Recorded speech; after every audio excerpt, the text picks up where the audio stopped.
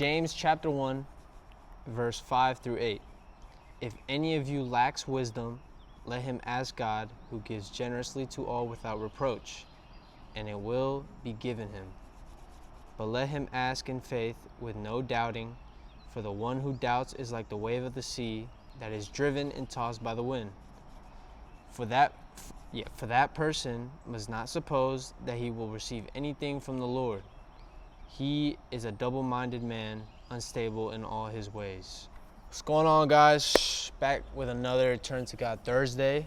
I am actually at the pavilion today at my beautiful church. Today I want to talk to you guys about faith. I feel like, me personally, I think faith has been, because I wasn't able to understand fully of what faith was. I thought I had like a certain, idea of understanding of what it was, but it actually goes a lot deeper into what it is, but it's not as complicated as it may seem. So, I always like to think of faith as you look at a desert and you just don't really have any hope of growing anything in that desert, right? Or like just anywhere where it just seems like it's just vacant and just dry. Faith to me is a process that allows you to blossom. You have to give it time, but you also have to manage it. You have to take care of it. But that doesn't always mean you're not able to plant something where you may seem like you can't grow something. Not every seed is gonna need the same conditions for it to grow. In order to, grow your relationship or to blossom your spirit, you have to learn from Jesus, you have to love Jesus, and you have to lean to Jesus. That requires a lot of faith. And the more you spend time studying, the more you spend time praying, the more you spend time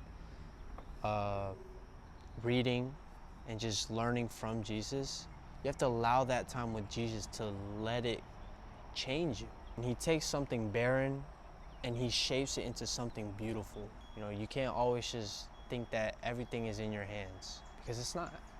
That's what faith is for. That's what Jesus is for.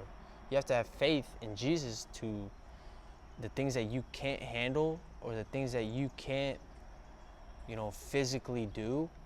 You have to allow Jesus to do that for you. You have to rely on him. Satan's going to try to use something God created, and he's going to try to change it and manipulate you into thinking that it's God and that it's not him. And so that's why you just gotta pray.